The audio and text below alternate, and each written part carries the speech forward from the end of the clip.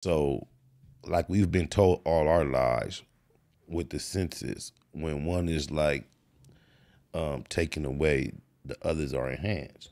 So, based on the fact you since adolescence and you since what, teen, young adulthood? 2012, like 21, 22. Yeah, very young adult, and you was like elementary school. Yeah, he got more time than me with it. Correct. But is there an enhancement of the other senses for you to be able to navigate what's going on in your immediate reality? Absolutely. From my standpoint, I'm totally in tune with my 360-degree circumference at all times. So I know where everybody is sitting or standing in this room, whether they talking or not, because they have to make some kind of noise. The camera guy, he's across from me. You know what I mean? I'm thinking about 10 feet.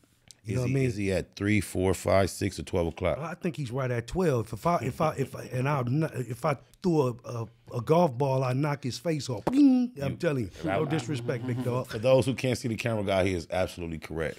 You know, and that's just the circumference. And then I got my goon. He's sitting all the way to the left, ducked off in the corner.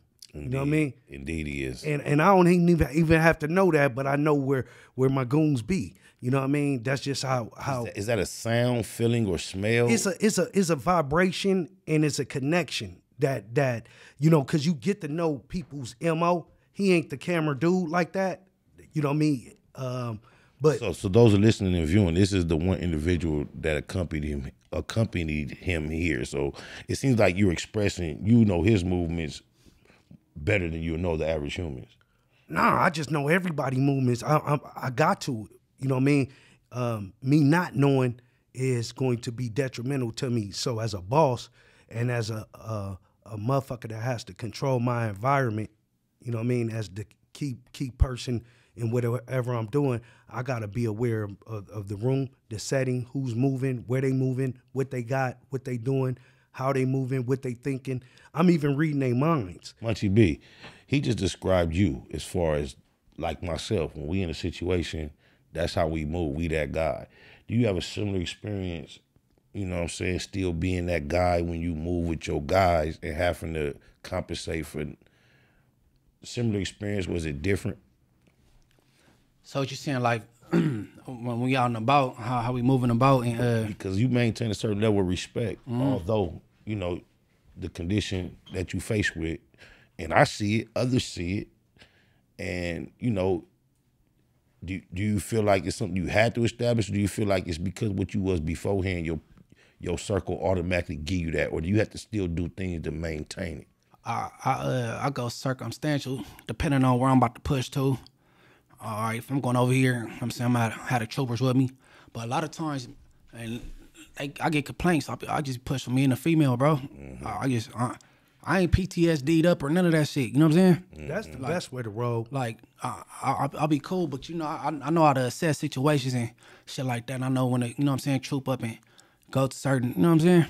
I just got to play it by ear like that. You know what I'm saying? But I ain't super PTSD'd up, nervous or, you know what I'm saying? I'll be Ubering all over the place. Alex will tell you. I get that. And then with you being under, I understand, but one thing, 50 Cent, we all was introduced to him being shot 9 times. I remember he used to tell me this. Based on that experience, he was like, my fear factor is almost non-existent, Spider. So you think because through the trauma, and I could imagine you had at one point throughout your ordeal, you had to have given up on life, like it's over. So did you come to a grips with that to where now it's like hard to bother you? That fear shit he said, that's dead on. But no, I ain't never went into no depression or nothing. I was just puzzled on how, like, I'm gonna move as normal as possible moving forward. You feel me? Because I ain't done yet. Nigga, I'm like, you know what I'm saying? And they was just doing some asshole shit the day before and some what, you know what I'm saying? I ain't done it, so I just wanted to make sure I could program it and do the normal shit I was doing in the past. And once I figured it out, I got my foot in it. I was cool, but I ain't never went through like no depression or none of that shit like that. You know what I'm saying? I didn't experience the depression shit either. Even though I was much younger, I was like 9, right? And the accident happened or the incident, whatever the fuck you want to call it. You mind elaborating on what took place? Yeah, me and my family, I got 2 older brothers and a younger brother, but me and my 2 older brothers and my mom, we had moved to LA in like 81. And this when the crack epidemic was popping. I mean, and Nissan trucks. My Nissan trucks, my nigga. Everybody had Jerry curls. Yeah. If they didn't have Jerry curls, they had like Aunt Jemima rags on their face, like they was like zombies. And they had a gang of like Bebe's kids, like just badass kids, just wild as fuck. And me and my brothers, we had just moved actually in my neighborhood.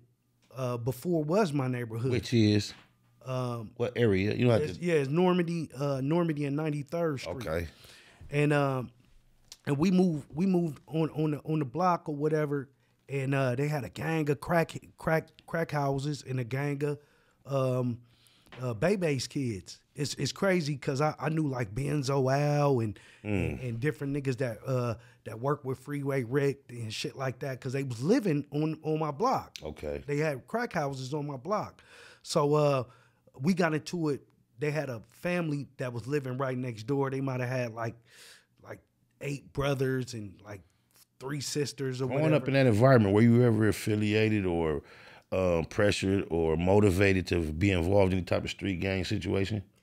Nah, I think that was just organic. That organically happened coming from New Orleans. Yeah, but coming from New Orleans, we was, it was just family first and we was kids. As we grew up in the environment of LA. From New Orleans, at what age did you come to LA? We came to LA when I was like 6, right? And we actually came out here before when I was like 3 or 4, and we lived in the jungles, and we lived on like 36th Street and between Normandy and Butlong in the Brims. And then when my mom moved us back to New Orleans, we came back out here maybe a couple years later, once she got her bag right or whatever, in 83. Don't forget, if I threw you off my bag, we on the story of the street popping on 93rd. The incident. Yeah, I'm getting right to that all right. Go ahead. So when we moved back out here in 93 on 93rd, like I said, it was crackheads and crack babies and shit. And we got into it with a family that right next door, my brothers. Got into it with them, and it was all for one for all. So we ended up fighting like 8 brothers, and one of the little motherfuckers, I was fucking this little nigga up. So they would run behind this gate and pick up glass bottles and shit and throw them at us, right?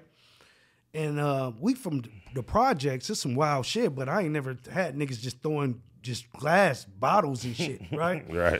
So niggas throwing glass and shit. I got this cardboard in front of my face because I'm like trying to like duck the glass. And I look up and the nigga caught me in the eye. With a bottle? Yeah, with a broken bottle. Wow. Yeah, it fucked me up. And then from that I went in the hospital. They trying to fix the eye. Through that I caught pink eye. Then boom. The other eye started being infected, I guess because I was such a young dude, 6, 7 years old. The trauma, it started fucking with the other eye, so the other eye started getting glaucoma. So then they had to put a laser on that motherfucker, and then it developed into a cataract, so the motherfucker was deteriorating, right? So they sent me to the NIH in Washington, D.C. in Maryland. They sent me to the National Institutes of Health to do an experiment on my eyes to try to get my sight back, and that failed. But that was a cold story. So I made a movie about all this shit because I wanted people to understand how, the whole process went of me losing my sight. I can't say that it just happened overnight and I was, blind or without sight. It was a gradual process, but like Munchie B said, I didn't go through, my mom and my brothers really didn't let me go through the depression period. You feel me? Do you feel, so are you left in a state of darkness? Nah, it really ain't darkness.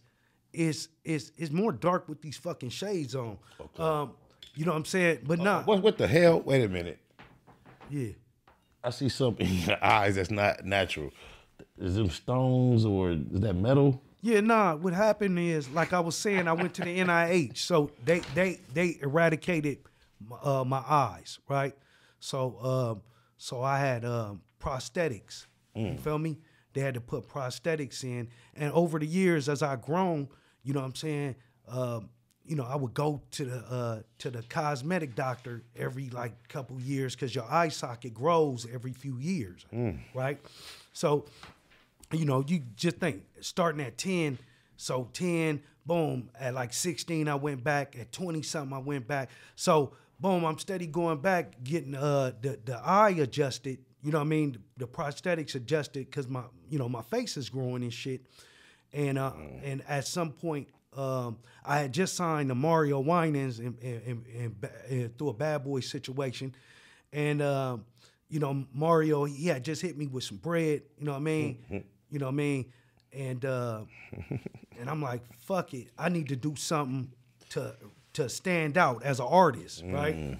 I'm fucking with Bad Boy now. I need to do something to stand out. So I went to the cosmetic doctor, but this time I brought, you know, me and my brother went to the jeweler and shit, picked out some, you know what I mean, IF flawless diamonds, you know what I mean? Like he looking at the motherfuckers with magnifying glasses and tweezers and shit, right? Going through, finding the right ones, and then we took it to the cosmetic doctor and he charged me some bread and implanted them into my prosthetic. Wow. So they're part of the prosthetic and not your actual. Yeah, these they come out like a contact. You didn't have to do us like that. Yeah. Damn. No, we real on Spider you shit. You a cold nigga. We real on Spider shit. Factz I want Ova niggas to know I'm a real he nigga. He just did some crazy shit. I mean, I can pull my pistol just as fast, my nigga. He ain't lying, though. I pull that yapper just as fast. Go ahead, Munchie B. I believe you. No, I believe you. Yeah, he just did some shit for our viewers that was real raw and uncut. Yeah. Fuck it, we raw.